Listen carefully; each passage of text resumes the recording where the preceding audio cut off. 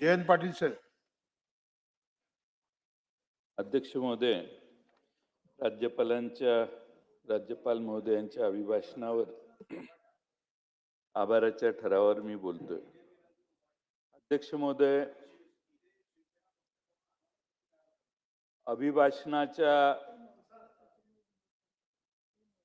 अभिभाषणाचा राज्यपालांच्या राणेसाहेब राणेसाहेब राणेसाहेब राणेसाहेब जयंत पाटील साहेब नव्हते, सभागृहाचे ज्येष्ठ नेते आहेत.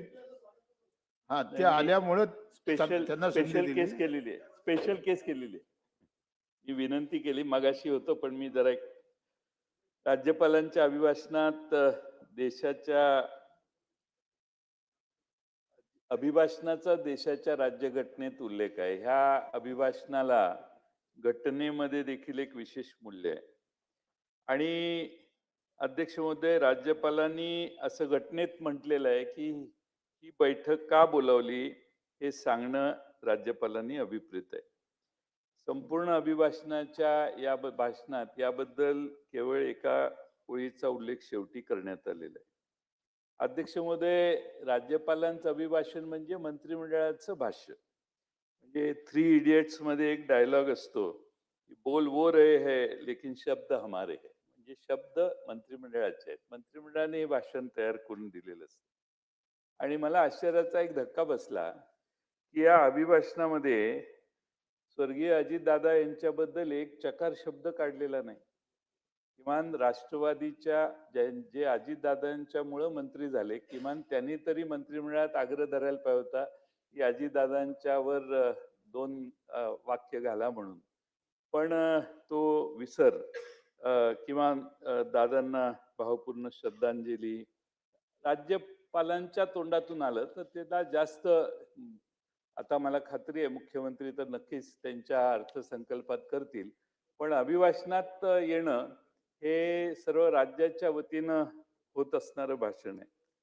अध्यक्ष महोदय, खरं म्हणजे बोले तैसा चाले त्याची वंदावी पावले अशी आपल्यात मराठीत म्हण आहे. यामध्ये उक्तीत आणि कृतीत काही फरक होता कामा नये. अध्यक्ष महोदय, अभिभाषणाच्या सुरुवातीचं सगळ्या महापुरुषांची नावं घेतली. छत्रपती शिवाजी महाराजांचं घेतलं, भगवान बिरसा मुंडांचं घेतलं, अहिल्यादेवी होळकरांचं घेतलं. पण अध्यक्ष महोदय, या सरकारने भाषणाची नावं वापरली, पण कृती काय? अध्यक्ष महोदय, पुण्यश्लोक अहिल्यादेवींचा मनकर्णिका घाट तिकडं उत्तर प्रदेशमध्ये बांधलेला आहे. अध्यक्ष महोदय, तिथल्या सत्तारूढ पक्षाच्या धोरणानं तो घाट तोडण्यात आला, मूर्त्यांचा विध्वंस करण्यात आला. मी त्या घाटावर पूर्वी एकदा जाऊन आलेलो आहे. अतिशय सुंदर आणि देखणा असा घाट, पण तिथल्या सरकारने तो घाट मोडला, त्यातल्या मूर्त्यांचा पूर्णपणाने नायनाट केला. अध्यक्ष महोदय, पुण्यश्लोक अहिल्यादेवी होळकरांनी बांधलेल्या घाटाला तिथल्या सरकारने सहजासहजी असं बाजूला ढकललं. माझी सरकारला विनंती आहे की सरकारने पुन्हा जसा तो घाट होता तसाच बांधून घेतला पाहिजे आणि त्याची भरपाई त्या उत्तर प्रदेश सरकारने करायला सरकारने माननीय मुख्यमंत्र्यांनी त्यात पुढाकार घेतला पाहिजे. अध्यक्ष महोदय, पुण्यश्लोक अहिल्यादेवी होळकरांचा देशाला तर आहेच, पण आम्हा सगळ्यांना देखील अभिमान आहे. आणि पुण्यश्लोक अहिल्यादेवी होळकरांनी बांधलेला घाट जर पाडण्याचं धाडस तिथल्या सरकारला, योगींच्या सरकारला होत असेल, तर मला खात्री आहे की महाराष्ट्राच्या विधानसभेत तर हे कोणी मान्य करणार नाही. आणि म्हणून त्याचा निषेध करणं आणि त्या राज्य सरकारला पुन्हा तो घाट जसा होता तसा बांधून द्यायला लावणं हे महत्वाचं काम सरकार करेल अशी माझी अपेक्षा आहे. अध्यक्ष महोदय, आता भगवान बिरसा मुंडांचं नाव आपण घेतो, ठीक आहे, महापुरुषांचं नाव घेतलंच पाहिजे. पण अध्यक्ष महोदय, महाराष्ट्रातल्या आदिवासी बांधवांच्या आयुष्यात काय सुधारणा आपण केली याचा काहीतरी अभिभाषणात उल्लेख पाहिजे की आमच्या या प्रयत्नामुळे महाराष्ट्रातल्या आदिवासींची सुधारणा झाल्या. ठीक आहे, सुधारणा होतील नव्हतील, पण अध्यक्ष महोदय, आदिवासींना जे ट्रायबल डिपार्टमेंटला फंड देतो, पैसे देतो, निधी देतो, तेही वेगळ्या योजनांच्यासाठी डायव्हर्ट करण्याचं काम अध्यक्ष महोदय सध्या चाललेलं आहे. अध्यक्ष महोदय, दरवर्षीप्रमाणे यावर्षी सीमा प्रश्नाचा उल्लेख आहे. अध्यक्ष महोदय, राज्य सरकार कटिबद्ध असल्याची सीमा प्रश्न सोडवण्यासाठी गर्जना राज्य सरकारने दिली आहे. इथं अध्यक्ष महोदय, आपण मोठे वकील देणार आहे. गेली कित्येक वर्ष मी ऐकतोय. मी स्वतः या संदर्भातील एका समितीचा अध्यक्ष होतो. अध्यक्ष महोदय, हा वाद कितीपर्यंत चालणार आहे? दरवर्षी अभिभाषणाच्या शेवटी कुठेतरी उल्लेख करायचा आणि विषय सोडून द्यायचा. अध्यक्ष महोदय, सर्वोच्च न्यायालयात सुनावणी प्रलंबित आहे. सन्माननीय मुख्यमंत्री महोदय हे स्वतः वकील आहेत. न्यायालयीन व्यवस्थेत बरीच ओळख आणि उडबस त्यांची आहे असं गेले काही वर्ष आम्ही बघतोय. आणि त्यामुळे अध्यक्ष महोदय, त्यांनी काही पावलं उचलली तर सर्वोच्च न्यायालयाचा निकाल देखील आपल्याला फेवरेबल लागू शकतो. आणि म्हणून माननीय मुख्यमंत्री महोदयांनी त्यांचे गुड ऑफिसेस, गुड कॉन्टॅक्ट याचा वापर करून ही केस पटलावर आणावी आणि त्याचं हिअरिंग पूर्ण करून महाराष्ट्रातली जे सीमा बांधव आहेत त्यांना न्याय देण्यासाठी इतर अनेक कामं आहेत. आता त्यांचं लिगल स्ट्रॅटेजी मेकिंग आणि ॲक्युमेन एवढं चांगलं आहे की दोन पक्ष फुटले आमचे, त्यावेळी काय केलं, काय झालं आणि कसं झालं आणि त्याचं काय कायद्याचा केस कसा काढायचा हे माननीय मुख्यमंत्र्यांना चांगलं माहिती आहे. त्यामुळं त्याचा एवढ्या बुद्धीचा वापर जर महाराष्ट्रातल्या सीमा भागाला जर होऊ शकला, हा ते काय, जसं मगाशी सांगितलं की 3 इडियट्स मधलं वाक्य की सरकारची भाषा राज्यपाल बोलतात, तसं सरकारच्या डोळ्याकडे बघूनच वर्ण हालचाल होत असेल असा माझा अंदाज आहे. माझा आक्षेप नाही, नाही तर तुम्ही उभं राहाल लगेच. पण अध्यक्ष महोदय, माझी विनंती आहे की या सीमा प्रश्नाला माननीय मुख्यमंत्र्यांनी मनावर घेतला आणि माझा भातखळकर साहेब विश्वास आहे एकदा त्यांनी विषय मनावर घेतला तर सुप्रीम कोर्टाला देखील ते सांगून ती केस लवकर लावून मेरिटनं आपल्या बाजूने निकाल कसा लावायचा हा प्रयत्न ते करू शकतात. म्हणून सभागृहात आपल्या मार्फत अध्यक्ष महोदय माझी त्यांना विनंती आहे. अध्यक्ष महोदय, आपलं राज्य पहिल्या क्रमांकावर आहे गुंतवणुकीत, नेहमीच होतं. आणि अध्यक्ष महोदय, दावोसमध्ये थंड हवेच्या ठिकाणी परिषद झाली. ती काय सरकारने भरवलेली परिषद नसते, तिथे एक छोटी खाजगी कंपनी आहे, ती सगळ्या जगातल्या गुंतवणूकदारांना त्या ठिकाणी बोलवते आणि गुंतवणूक आकृष्ट करणाऱ्यांना बोलवते. तो एक छोटासा क्लब आहे असं म्हटलं तर चालेल. आणि त्यामुळं दावोस गावातील ही एक खाजगी संस्था आहे, त्याला आंतरराष्ट्रीय कायद्यात कुठलंही स्वरूप नाहीये, पण तिथं गुंतवणूकदार येतात हे आपल्याला मान्य केलं पाहिजे. अध्यक्ष महोदय, आपलं सरकार माननीय अभिभाषणात राज्यपालांनी म्हटलं की 18 देशातील विविध कंपन्यांशी सरकारने 30 लाख कोटी रुपये इतक्या गुंतवणुकीचे सामंजस्य करार केले आहेत आणि त्यातून 40 लाख रोजगार निर्माण होण्यास मदत होईल. चांगली गोष्ट आहे, अतिशय चांगली गोष्ट आहे, मी याचं स्वागत करतो. पण आकडेवारी जरा बघितली तर काय होईल, काय वास्तव आहे? 22 साली दावोस जागतिक परिषदेत झालेली गुंतवणूक आपल्या राज्यात होती 2.2 लाख कोटी. अपेक्षित रोजगार होते 4 लाख. 23 साली गुंतवणूक झाली 1.37 लाख कोटी. अपेक्षित रोजगार 55,000. 24 साली गुंतवणूक झाली 3,53,000 कोटी. अपेक्षित रोजगार होते 2 लाख. 25 साली सरकारने घोषणा केली की 15,72,000 कोटी रुपयाची गुंतवणूक झाली आणि आता 15 लाखापेक्षा अधिक रोजगाराची संधी निर्माण होणार. माझं काही म्हणणं नाही याच्यावर. अध्यक्ष महोदय, 30 लाख कोटीची आता गुंतवणुकीचे सामंजस्य करार आता यावेळी केलेले दिसत आहेत आणि अध्यक्ष महोदय, त्यातून सरकार म्हणतंय 40 लाख रोजगार निर्माण होणार. आता लास्ट मीटिंग अध्यक्ष महोदय, 22 ते 25 या 3 वर्षाचा जर विचार केला तर आतापर्यंत 23 लाख लोकांना रोजगार मिळायला पाहिजे आणि ह्या वर्षीचे 40 लाख म्हटल्यावर 53 लाख युवकांना महाराष्ट्रात रोजगार मिळेल असा आभासी चित्र हे मेघे साहेब आहे, देशमुख साहेब आता तयार झालेलं आहे. नाही, 23 लाख आधी 3 वर्षाचे आणि लेटेस्ट 40 लाखाचा आकडा आहे. मग ते स्प्लिट करून सांगितलं. सांस्कृतिक खात्याच्या मंत्र्यांना या गुंतवणुकीबद्दल देणं घेणं नाही, त्यामुळे टेन्शन घ्यायचा प्रश्नच नाही. दावोस मधील करारामुळं माझी खात्री आहे 50,000 पण रोजगार तयार झाले नाही.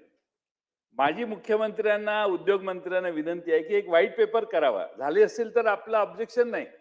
पण एकदा खरं काय महाराष्ट्रात चित्र आहे तेच कळावं आणि म्हणून महाराष्ट्रात जितक्या तरुणांना व्हाईट पेपरमध्ये द्यावं त्यांनी, जितक्या तरुणांना दावोसच्या गुंतवणुकीतून रोजगार निर्माण झालेला आहे, त्यांचं एक नाव, नंबर याच्यासह वेबसाईटवर प्रसिद्ध करावं की बाबा दावोस ही गुंतवणूक एवढी या स्पॉटला झाली, एवढी गुंतवणुकीत आता लोकांना रोजगार मिळाला. अध्यक्ष महोदय, दुसरा मुद्दा अभिभाषणात आहे, विकसित महाराष्ट्र 2047 विजन डॉक्युमेंट केलंय. नागरिकांचं काहीच नाही, मंत्रालयात बसून काही अधिकाऱ्यांनी मिळून विजन डॉक्युमेंट केलेलं आहे. आता रिटायर्ड अधिकाऱ्यांना नेमलेलं आहे आपण आपल्याला सल्ले द्यायला, तेही आता सल्लागार झालेले आहेत आणि त्यामुळं मंत्रालयात बसून डॉक्युमेंट तयार केलं. गावात काय आहे, वाडीत काय आहे, 2 नंबर 3 नंबर 2 सेकंड थर्ड टिअरच्या शहरामध्ये काय आहे याचा सर्वे फक्त झालाय, पण नागरिकांचा सहभाग याच्यात नाही आणि महिलांचा तर अजिबातच नाही. अध्यक्ष महोदय, माझी खरं म्हणजे आता वेगवेगळी सरकारनं धोरणं जाहीर केली आहेत. बांबू उद्योग धोरण 25, रत्ने आणि आभूषण धोरण 2025, अॅनिमेशन आणि व्हिज्युअल इफेक्ट धोरण, जागतिक क्षमता केंद्र धोरण 2025, महाराष्ट्र स्टार्टअप धोरण, महाराष्ट्र जहाज बांधणी, जहाज दुरुस्ती, जहाज पुनर्वापर धोरण, महाराष्ट्र कृषी कृत्रिम बुद्धिमत्ता धोरण, अनेक धोरणांचा उल्लेख भाषणात आहे अध्यक्ष महोदय. अध्यक्ष महोदय, पण रिझल्ट काय? आणि अध्यक्ष महोदय, लोकांना रोजगार पाहिजे, तो रोजगार आपण याच्यात देतोय का? आता गडचिरोलीला अध्यक्ष महोदय स्टील हब आपण विकसित करायचं भाष्य केलेलं आहे. अध्यक्ष महोदय, इथल्या खनिजाच्या साधनामध्ये सुद्धा सध्याच्या तिथल्या स्थानिक जे काही पुढारी आहेत त्यांना व्यापार दिसतोय, सत्तारूढ लोकांनाही दिसतोय असं माझी खात्री आहे.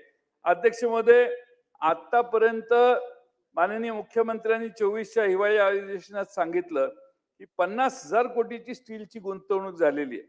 अध्यक्ष महोदय, आता स्टील सिटी म्हणून गडचिरोली विकसित होईल आणि विमानतळाची जागा शोधून त्याचा सर्वे झालाय असं त्यांनी घोषणा केली. चांगली गोष्ट आहे. समृद्धी महामार्गाने जोडलेला आहे. 1,23,000 कोटी रुपयाची गुंतवणूक विदर्भात होणार आहे. मग सगळं मान्य आहे.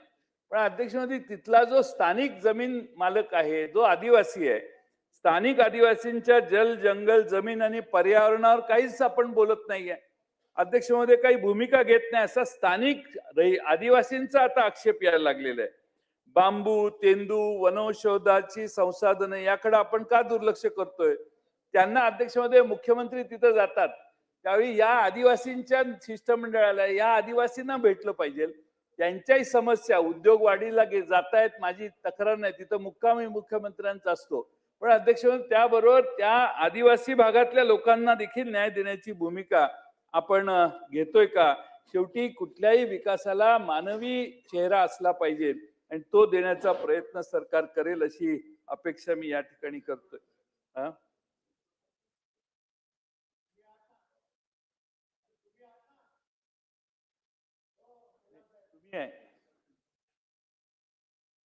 नाही नाही, तुम्ही जावा गोरे साहेब, तुम्ही जावा.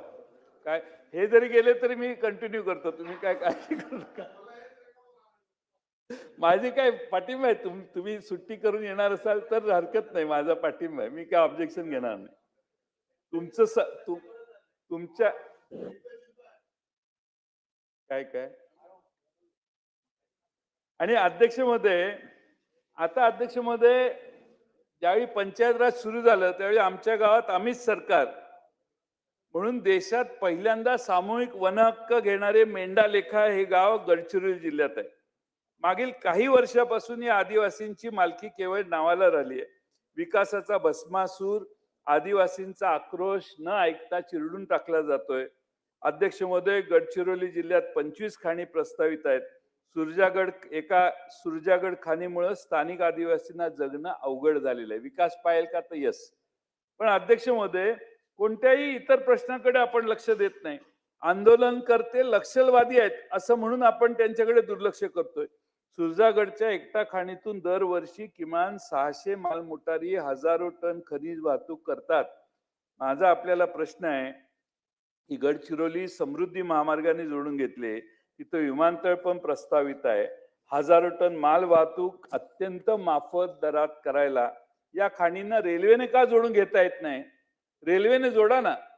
तुमचा इंटरेस्ट काय आहे? तिथले स्थानिक लोकांना कॉन्ट्रॅक्ट मिळावं आणि ते ट्रक वाहतूक व्हावी. ते कुठले आंध्र प्रदेशचे लोक ट्रक लावलेत, तिकडे कर्नाटकातल्या लोकांनी ट्रक लावलेत. स्थानिक लोक फक्त ड्रायव्हिंगचं काम करतात. त्यामुळे रेल्वेनं जर तुम्ही तिथला माल बाहेर काढला तर हजारो टन माल वाहतुकीमुळे जे रस्ते खिळखिळीत होत आहेत ते थांबतील. खाणग्रस्त आदिवासींच्या संघर्षाच्या वास्तव विकासाच्या नावाखाली दडपू नका. आणि अध्यक्ष महोदय, विस्थापनाशिवाय बिचाऱ्या आदिवासींच्याकडे दुसरा पर्याय राहणार नाही. आणि म्हणून माझी विनंती आहे की संपूर्ण गडचिरोलीतच नाही तर सगळ्या विदर्भात या निमित्तानं लोकांच्या मनात आक्रोश प्रचंड निर्माण झालेला आहे, हे या ठिकाणी नमूद करणं आवश्यक आहे. अध्यक्ष महोदय, खरं म्हणजे आपण या ठिकाणी कुंभमेळ्याचा उल्लेख अभिभाषणात साहेब राज्यपाल महोदयांनी केलाय. आता कुंभमेळा प्राधिकरण स्थापन केले, 25,000 कोटीचं बजेट मंजूर केलेलं आहे. अध्यक्ष महोदय, उत्तर प्रदेशमध्ये झालेल्या कुंभमेळ्यापेक्षा 5,000 कोटीने जास्त बजेट अध्यक्ष महोदय महाराष्ट्र शासनानं निर्माण केलेलं आहे. जनतेमध्ये अशी चर्चा आहे की प्रयागराज कुंभमेळ्याप्रमाणेच या कुंभमेळ्याचे सुद्धा सर्व टेंडर कुणाला जाणार? परराज्यात आणि नाशिक पासून पलीकडे असणाऱ्या गुजरात राज्यातल्या कॉन्ट्रॅक्टरकडे जाऊ नये. एखादा सुरेश धसने कॉन्ट्रॅक्टर सुचवला तर त्याला गेलं तर आमची कुणाशी तक्रार नाही. महाराष्ट्रातल्या मराठी कॉन्ट्रॅक्टर आणि किमान नाशिक जिल्ह्यातल्या चांगले कॉन्ट्रॅक्टर नाशिक जिल्ह्यात आहेत, त्यांनाच काम रिस्ट्रिक्ट करा. नाशिक खानदेशात करा, पाय नगर जिल्ह्यापर्यंत या, पाय तर बीड जिल्ह्यापर्यंत या, आमची काही तक्रार नाही. पण बाहेरच्या परराज्यातल्या मोठ्या मोठ्या कॉन्ट्रॅक्टरना आपला कुंभमेळा करण्याची संधी देऊ नये अशी माझी विनंती आहे. आता 25,000 कोटीचं बजेट म्हणजे कमाल आहे अध्यक्ष मध्ये. कर्जमाफीला आपल्याला पैसे नाहीत, पण तिकडं 25,000 कोटी रुपये खर्च. पूर्वी एकदा झाला होता कुंभमेळा, त्यात आणखीन थोडा डेव्हलप करायचंय, वाढीव सेवा निर्माण करायच्या आहेत. आणि त्यामुळे लोकांना ह्याच्यात काही भ्रष्टाचार होतोय का अशी भीती वाटायला लागली आहे. आणि तसा अनुभव देखील आता ग्रासरूट लेवलला यायला लागलेला आहे. आणि म्हणून आपल्याकडं लाडक्या बहिणींना 1500चे 2100 करायला पैसे नाही. अध्यक्षमध्ये कर्जमाफीसाठी पैसे नाही. शेतकरी मेटाकुटीला आलाय. 18 पासून 2018 पासून 6,000 रुपये आपण अनुदान देतो, त्यात 1 रुपयाची पण आपण वाढ केलेली नाही. अध्यक्ष महोदय, आता माननीय मुख्यमंत्र्यांनी ह्याच्यात खरं लक्ष घातलं पाहिजे. नाशिकमध्ये कुंभमेळ्यात सीसीटीव्हीचं काम पूर्वी मागच्या 10 कोटीत झालेलं, आता ते काम 300 कोटीवर गेले. 30 पट वाढ झाली. एवढे महाग नाही आहेत, उलट सीसीटीव्ही कॅमेरे स्वस्त झालेत अध्यक्ष महोदय. किंमत वाढणारी व्यवस्थाच नाही आहे, हे तीच नाही आहे कॅमेऱ्याची. टेक्नॉलॉजी एवढी पुढे गेलेली आहे.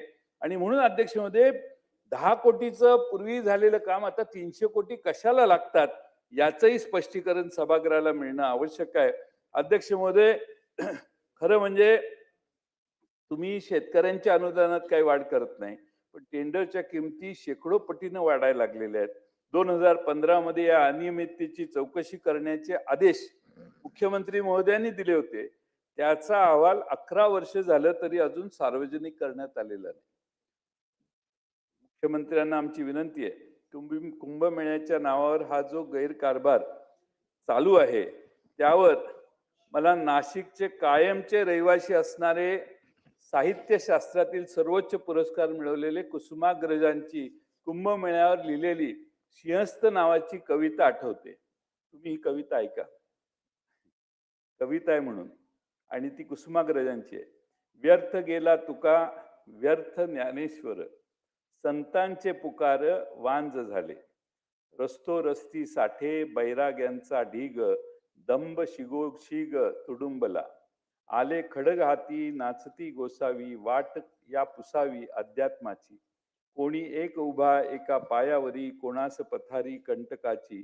असे जपी तपी प्रेक्षकांची आस, रुपयांची रास पडे पुढे. येथे 100ला लाभतो प्रवेश, तेथे लक्षाधीश फक्त जातो. तुका म्हणे ऐसे माइंदे माइंद, त्यापाशी गोविंद नाही कुसुमाग्रज. कुसुमाग्रजांनी लिहिलेलं याचं एक छोटस वर्णन आहे. अध्यक्ष महोदय, दुसरा एक सामाजिक प्रश्न आहे आणि आपण हा शेवटचा प्रश्न नंतर नाही बघितलं तरी चालेल माझ्या या भाषणाकडे. महाराष्ट्र विद्यार्थी सुरक्षा संरक्षण व मानसिक कल्याण धोरण 2025 आपण तयार केले आणि अभिभाषणात विद्यार्थ्यांच्या मानसिक आरोग्याच्या प्रश्नाचा उल्लेख माननीय राज्यपाल महोदयांनी केलाय. अध्यक्ष महोदय, सर्वाधिक राज्यात महाराष्ट्रातच आता सर्वाधिक विद्यार्थ्यांच्या आत्महत्या सुरू झालेल्या आहेत आणि उपाययोजना करायला पाहिजे. नैराश्य विद्यार्थ्यांचं प्रचंड वाढतंय. मैदानी खेळ खेळण्याचं प्रमाण प्रचंड कमी झालेलं आहे. मोबाईल आणि सोशल मीडियाच्या वापरामुळं अगदी लहान मुलांना देखील आता मोबाईल मिळायला लागतात. मी आजच सकाळी मोदी साहेबांचा एलॉन मस्क याच्या बरोबरचा फोटो बघितला. त्यावेळी 2 लहान मुलं एलॉन मस्कची मोदी साहेबांना भेटताना शेक हँड करताना आहेत.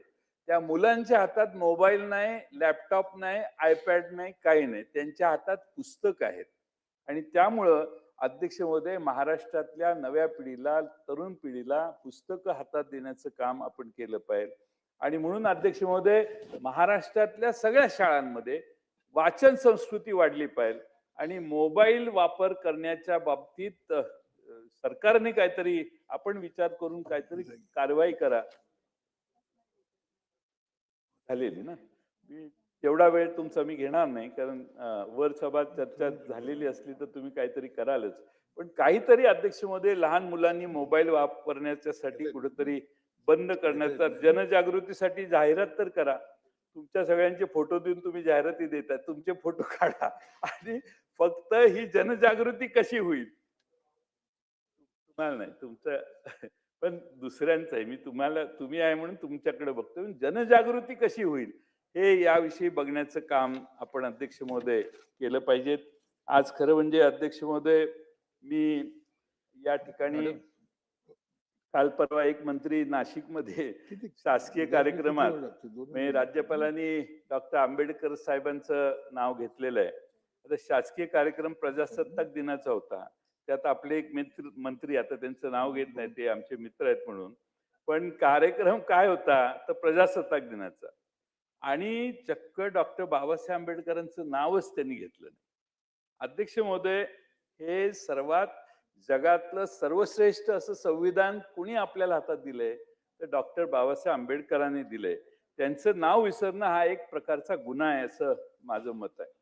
आज या ठिकाणी मी मगाशी सीमावादावर बोललो, तर माझी विनंती सरकारला आहे की आपण आता एवढी MBBS कॉलेजेस काढलेली आहेत महाराष्ट्रात. आमचं सरकार असताना प्रत्येक जिल्ह्यात MBBS कॉलेज काढायचा असा निर्णय झाला. आता कॉलेजेस वाढलेली आहेत.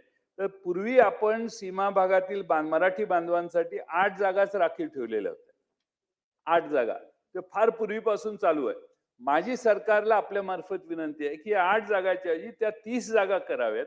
म्हणजे सीमा बांधव जे आपले आहेत त्यांना महाराष्ट्रातल्या वेगवेगळ्या कॉलेजमध्ये एक एक जागा ठेवली तरी 30 कॉलेजेस आहेत आपली, तर ती मुलं त्या ठिकाणी शिकू शकतील, मेरिटनं शिकू शकतील.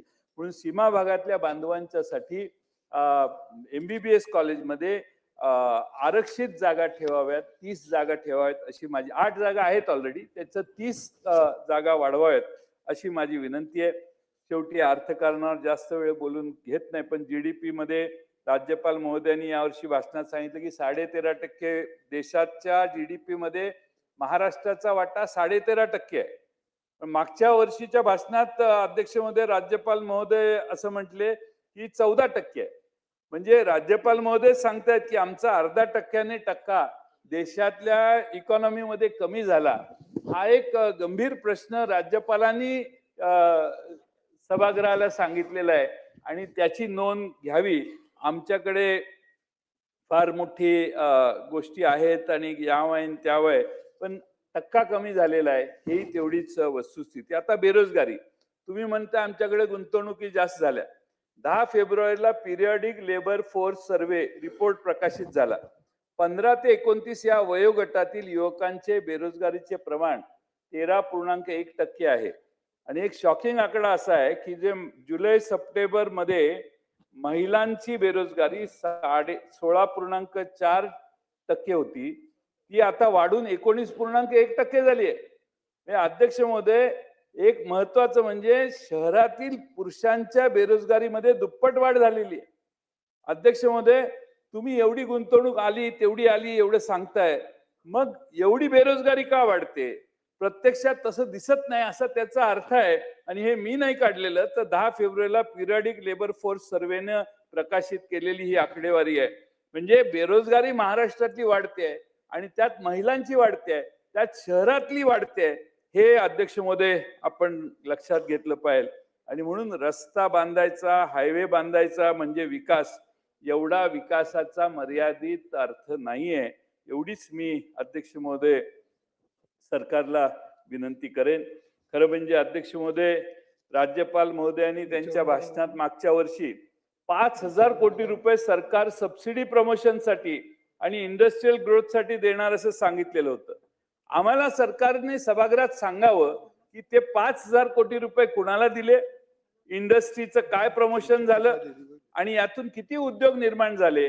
कारण PLFS चे आकडे तर अजूनही 13% तरुण बेरोजगारांचेच दिसत आहेत. हे अध्यक्ष महोदय आपण करा. परत कंत्राटदार आपले महाराष्ट्रात वेगळी कॉन्ट्रॅक्ट घेतलेल्या मुलांचे 77,500 कोटी रुपये अजून थकलेले आहेत अध्यक्ष महोदय.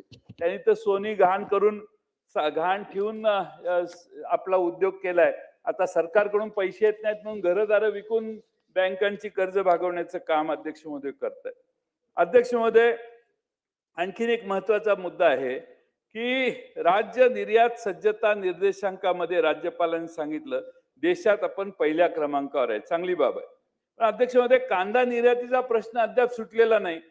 ताजं उदाहरण देतो. केंद्र शासनाने निर्यातदारांना दिल्या जाणाऱ्या निर्यातीत वस्तूवरील कर व शुल्क परतावा योजनेत तात्काळ प्रभावाने 50% कपात करण्याचा निर्णय घेतलेला आहे. म्हणजे हे धक्कादायक आहे भातखळकर साहेब. म्हणजे सरकार आता सगळ्या ग्रांट्स कमी करायला लागले आहेत. ते पाणी पुरवठा गुलाबराव पाटलांना विचारा, केंद्र सरकारने हात काढून घेतले. त्यांच्या पाणी पुरवठ्याचा बोजवारा वाढण्याची शक्यता आहे. अध्यक्ष महोदय, निर्यात जर कमी झाली तर आधीच कांद्याचे, आता नाशिक जिल्ह्यात आंदोलन चालू आहे, उपोषणाला लोक बसलेले आहेत अध्यक्ष महोदय. कांद्याचे दर 600-700 रुपयावर खाली आलेले आहेत. आणि अध्यक्ष महोदय, कांदा उत्पादन 1,600 रुपये किमान कांदा उत्पादन खर्च आहे. 2,000 रुपये तर कांदा उत्पादकांना मिळाले पाहिजेत.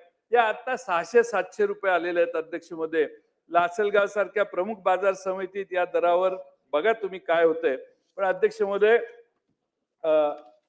नाशिक जिल्ह्यात चांदवड भागात आता आंदोलन चालू आहे, उपोषणाला लोक बसले आहेत दर खाली कोसळले म्हणून.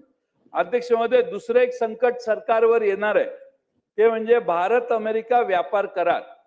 त्यामध्ये कपाशी, कांदा, तूर, फळपीक अशा सर्वांवर संकट येणार आहे. म्हणून सरकार दुग्ध व्यवसायावर संकट येणार आहे.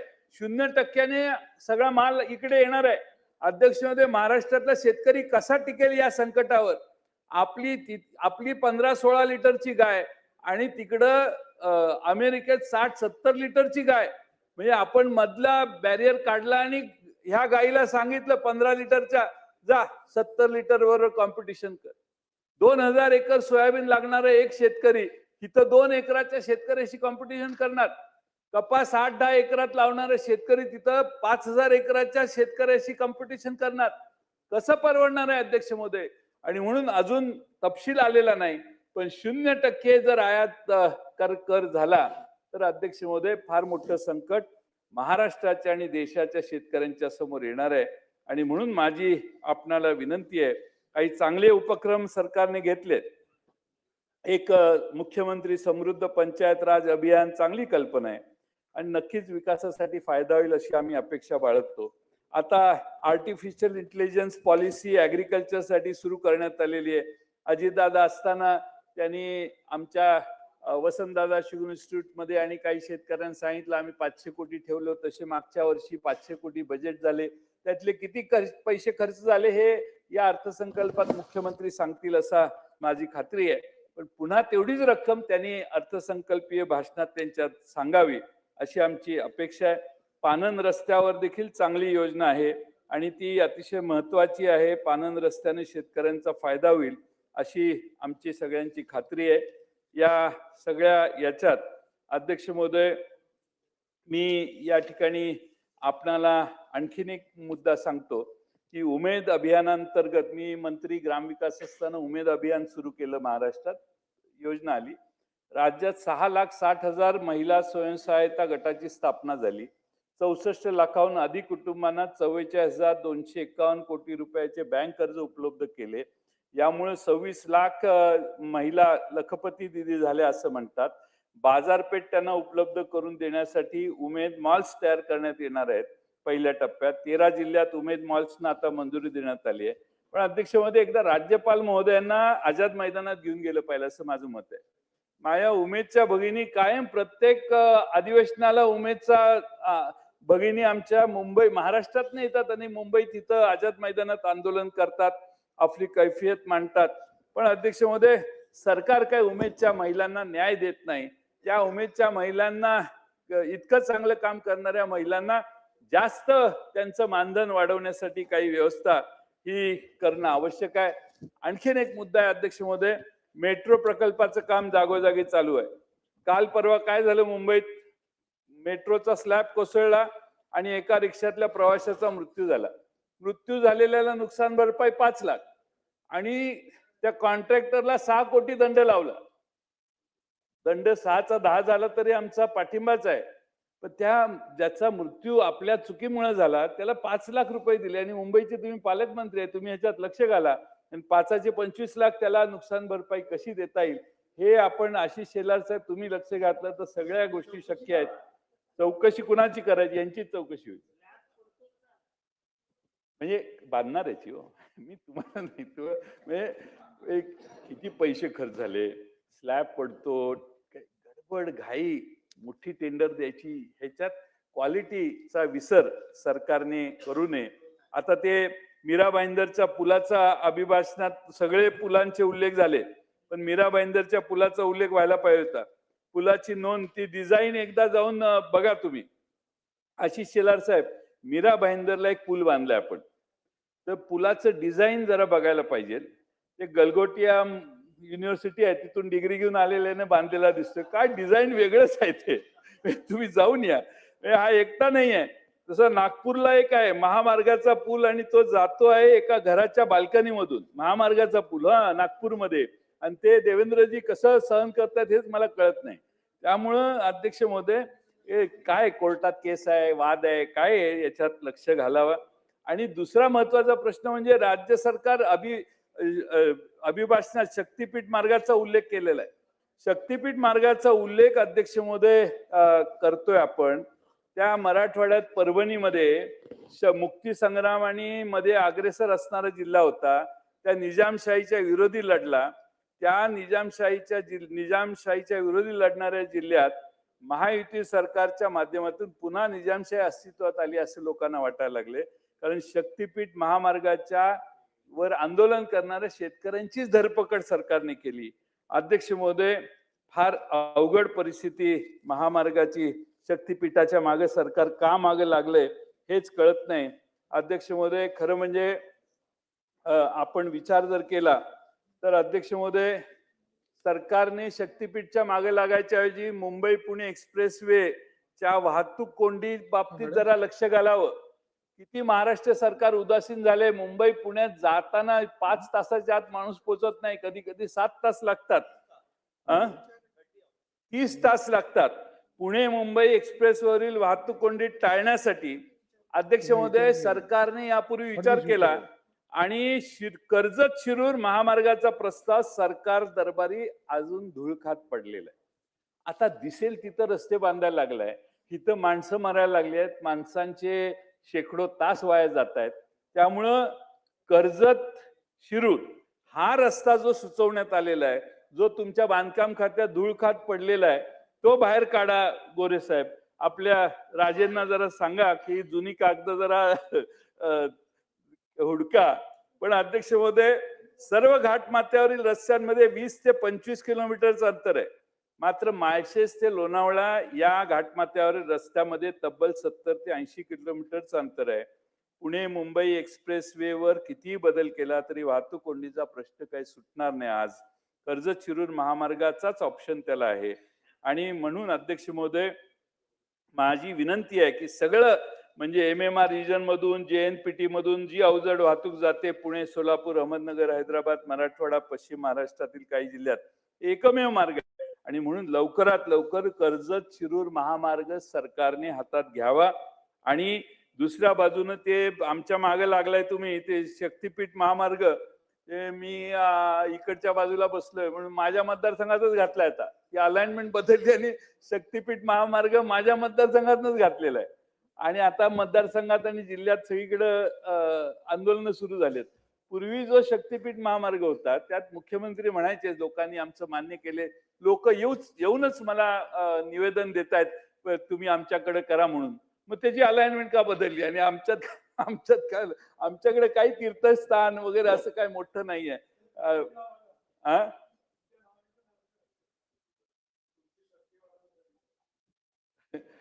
अहो, आमच्या एकदम मतदारसंघात आलाय असं करू नका. आमची शक्ती नाही वाढली तर चालेल. आम्ही शरण येतो, पण लोकांच्या जमिनी पिकण्या म्हणजे 1 इंच माझ्याकडे ड्राय लँड नाहीये. सगळी पानसळ केली आम्ही सगळ्यांनी.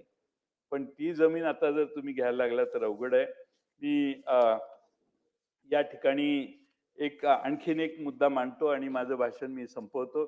अध्यक्ष महोदय, महाराष्ट्रामध्ये सुमारे 1800 सहकारी पाणी पुरवठा संस्थांना महावितरण लघुदाब आणि उच्च दाबाद्वारे विद्युत पुरवठा करत असते.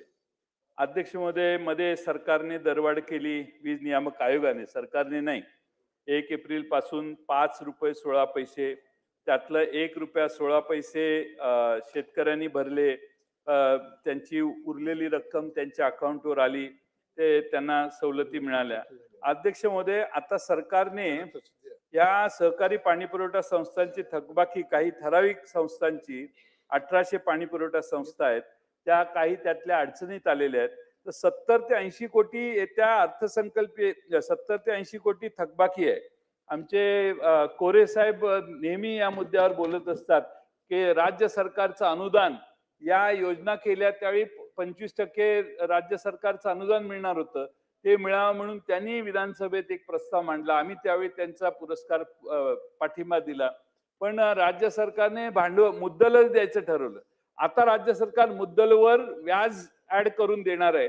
तर ते ह्या अर्थसंकल्पात त्याचा उल्लेख राज्य सरकारने करावा अशी माझी विनंती आहे. आणि त्याचबरोबर अध्यक्ष महोदय, दुसरी विनंती की आपण आता 1 हॉर्स पॉवर ते 7.5 हॉर्स पॉवर सगळ्यांना मोफत वीज देतोय. अध्यक्ष महोदय, या ज्या सहकारी संस्था आहेत त्याच्यामध्ये कुठल्याही संस्थेमध्ये पर शेतकरी 1 हॉर्स पॉवर किंवा 1.5 हॉर्स पॉवर किंवा 2 हॉर्स पॉवर पेक्षा जास्त कुणाची हॉर्स पॉवर नाही आहे, वाट्याने येणारी आहे. म्हणजे 2000 शेतकरी आहेत, 500 शेतकरी आहेत, त्यांच्या वाट्याला 1 हॉर्स पॉवर किंवा 2 हॉर्स पॉवरच आहे. तर ते सगळे बिल त्यांचं माफ करावं सगळ्या राज्यातल्या सहकारी संस्थांचं, अशी माझी विनंती आहे. आणखीन एक शेवटचा मुद्दा आहे अध्यक्ष महोदय, ड्रग्सचा. एवढा सुळसुळाट सगळ्या अंमली पदार्थांचा झालाय की आपले आमदार योगेश सागर यांनी काय केलं माहितीये का तुम्हाला? योगेश सागरनी त्यांच्या मतदारसंघातल्या एका दुकानात जाऊन अंमली पदार्थाचं तिथलं हे सगळं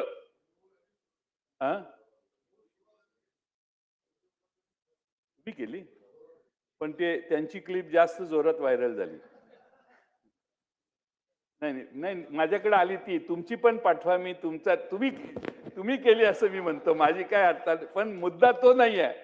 योगेश सागर सत्तारूढ पक्षाचे, तुम्ही सत्तारूढ पक्षाचेच, सत्तारूढ पक्षाचे आमदार अध्यक्ष महोदय आता दुकानं उघडतायत आणि दाखवतायत इथं ड्रग्स ठेवलेले आहेत, इथं कशात अफीम ठेवले, गांजा काय काय, आता बरीच काय काय असेल त्यात. अध्यक्ष महोदय, ही परिस्थिती मुंबईतली नाही आहे, सगळ्या महाराष्ट्रात आता ड्रग्ज मिळतायत. पोलीस हप्ते घेतायत आणि पण कुठल्याही ड्रग्सची विक्री कोपऱ्यावर अध्यक्ष महोदय ड्रग्सची विक्री आहे. आणि मुलं, आपली तरुण पिढी ही त्या व्यसनात अडकलेली आहे. एवढीच मला विनंती आहे. अभिभाषण फार चांगलं आहे, भविष्य चांगलं आहे, पण प्रेझेंट टेन्स आपला मुलांच्यात आहे. वर्तमान काळ आपला मुलांच्या बरोबर आहे आणि ते मुलंच जर आपण अध्यक्ष महोदय या व्यसनात अडकलेली असतील तर फार मोठं गांभीर्याने हे प्रकरण राज्याच्या गृहमंत्री म्हणून मुख्यमंत्र्यांनी हातात घ्यावं. त्यांनी त्यांच्या भाषणात सांगावं की ड्रग्जसाठी काय करणार आणि ड्रग्ज महाराष्ट्रात बंद होतील. जसं आमच्या आरारावांनी ते डान्स बार बंद केले तसे महाराष्ट्रात ड्रग्ज बंद करतो अशी घोषणा उत्तराच्या भाषणात माननीय देवेंद्र फडणवीसांनी केली तर त्यांचं कौतुक होईल महाराष्ट्रात अशी माझी खात्री आहे. आणि आता लास्ट मुद्दा मांडतो आणि मी माझं भाषण पूर्ण करतो. अध्यक्ष महोदय, मॅडम ते दुसरीकडेच गेले. एक आपला शिक्षण विभागाचा, तुम्ही साहेब ऐका, हे शिक्षण विभागाचा सांख्यिकी अहवाल नुकताच फेब्रुवारी 26 मध्ये प्रकाशित झालाय. त्यात काय सांगितलंय, 1164 शाळा राज्यामध्ये आहेत की मुलींसाठी स्वतंत्र प्रसाधन गृहाची सोय नाही. 3,328 शाळांमध्ये वीजही नसल्या नाहीये. अध्यक्ष महोदय, मुलींसाठी स्वतंत्र प्रसाधन असलेल्या शाळांमध्ये 1043 शासकीय, 64 खाजगी अनुदानित आणि 20 खाजगी विनानुदानित आणि 37 सेल्फ फायनान्स शाळांचा समावेश आहे. आणि याचं सगळ्यात जास्त प्रमाण हे बीड जिल्ह्यात आहे, हिंगोलीत आहे, नांदेडमध्ये आहे, परभणीमध्ये आहे, गडचिरोली, जळगाव, अमरावती, नाशिक, सिंधुदुर्ग या जिल्ह्यामध्ये 50 ते 100 शाळांमध्ये सदरून सुविधा उपलब्ध नसल्याचं समोर आलेलं आहे. तुम्ही माझ्या जिल्ह्यात या, माझ्या जिल्ह्यात 550 525 शाळा अशा आहेत की ज्याच्यामध्ये लास्ट शेवटचा मुद्दा, शाळा 525 शाळा अशा आहेत की ज्यात मुलींचं टॉयलेट वेगळं आहे, मुलांचं टॉयलेट वेगळं आहे.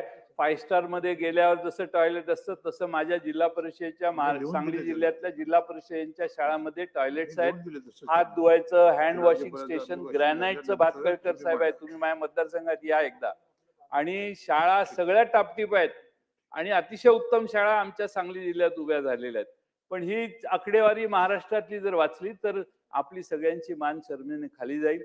म्हणून माझी विनंती सरकारला आहे की सांगली जिल्ह्यात जे आम्ही मॉडेल स्कूल केलेलं आहे, अजितदादांनी मागे घोषणा केलेली, हे मॉडेल स्कूलचं जे सांगली जिल्ह्यात केले ते आम्ही सगळीकडे रिप्लिकेट करू.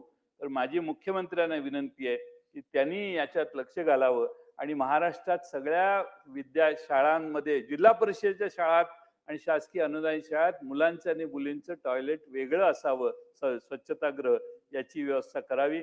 या राज्यपालांचं अभिभाषण जरा मोठं आहे, जरा काय 5 ट्रिलियन इकॉनॉमी, त्याच्यावर भाषण करायला मी अर्थसंकल्पात त्याच्यावर बोलेन.